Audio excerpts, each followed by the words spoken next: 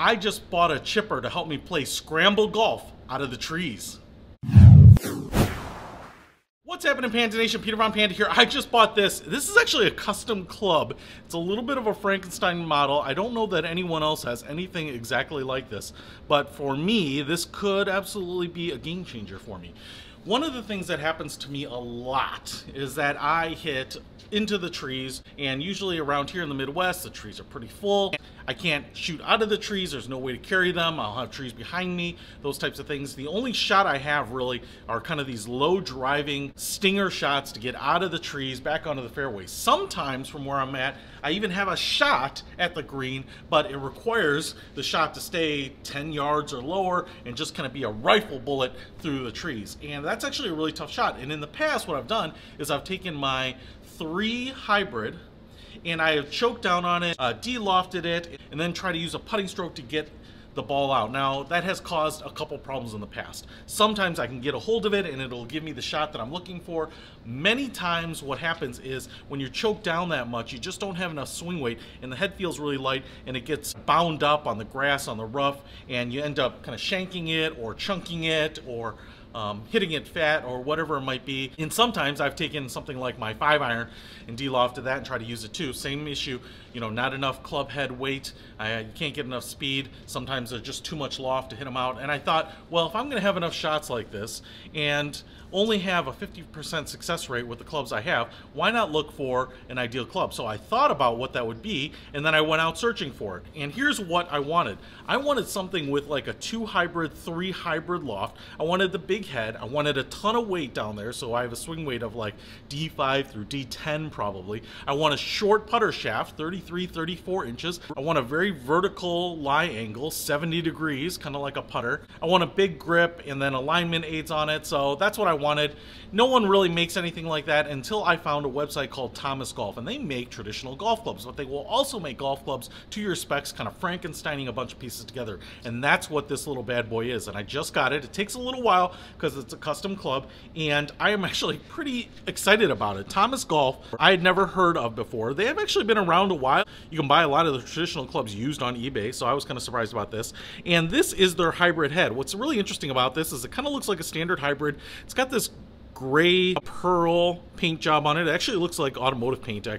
I used to have a GMC Terrain that actually had a very similar paint job. So it looks nice. It's got a nice finish. This is a 2 hybrid 18-degree loft, which is what I wanted. This is actually, the funny thing that's probably striking you is that it's a square hybrid. So they actually make a rounded hybrid. I thought, well, if I'm using this more like a chipper as opposed to a full swing hybrid, you know, maybe this square shape will help me align it, you know, to give me more of a putter-like look. So I got it like this. I'm not disappointed with that at all. What's also interesting about this, as opposed to a lot of hybrids which have more of a rounded, a curved, almost wood-like shape on the top, you can see here that it has an alignment aid, which I really wanted, a straight line that I could point to the target to kind of get me out of the trees. But you might be able to see here the top area here kind of plateaus, it's kind of flat, as opposed to just kind of rounding the head and then putting that straight line on there. What they've done is they've made this top piece here actually flat. So it's kind of interesting look, and it's a little bit different, but it works, you know. And right now I don't really care what the club looks like, to be really honest. What I want it to do is the job that I need. You can see we have a pretty big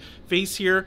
You know, again, it's about normal fairway hybrid size, right? Now, the other thing that kind of worried me a little bit, and you can see it when you're at address, is that the face curves, kind of like most hybrids. And if you look at most chippers, like this Acer, what you'll see is that the edge is basically flat. It kind of gives you just a lofted putter face, perfectly flat.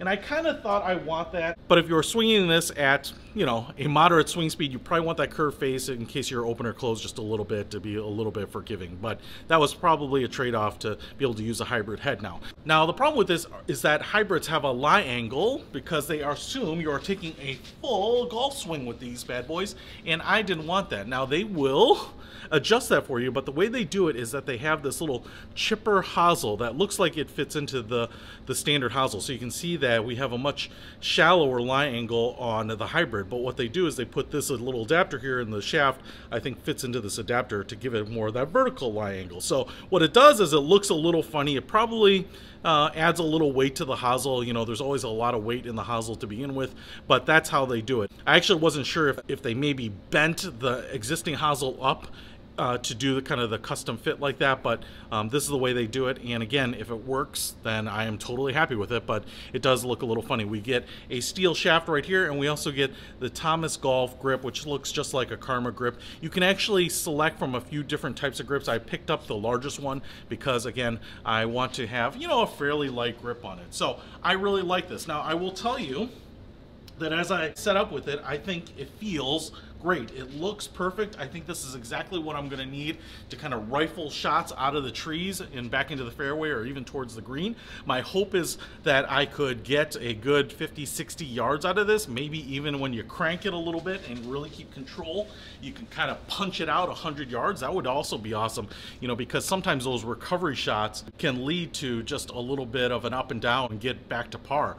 So having something like this that's really reliable to get out of trees or obstacles or be really accurate with a low flying shot can be really nice. Now I can tell you, after getting this in my hand, there are two things that I'm going to change about this. First of all, I'm going to remove this grip, even though it's a fine grip, because it's more of a putter in my mind and because I want to have more feel on it. I'm going to take off this, you know, standard size grip and replace it with a Jumbo Max oversized grips, just so that I have kind of more meat, so that I can kind of choke down even a little bit if I want to and still have a really meaty grip down here. We'll take it to the golf course, and I know I'm going to get in some trees, and we'll see if this club does anything to help that situation.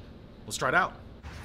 Now, this is the type of shot that I'm talking about. I'm off the fairway. I want to get back into the fairway. Sometimes I'm close enough to actually get it and put it close to the green or maybe right in front of it. And this little chipper did a great job. Just using a putting stroke, it definitely was a 50 or 60 yard club. Now, if you want to take a full swing with it, I bet you could get it out even a little bit further, 70, 80, maybe even 80 plus yards, which would be great for shooting little stingers to get you out of the rough. As a scramble golfer, having a club like this can mean that one errant shot does not kill you on a particular hole.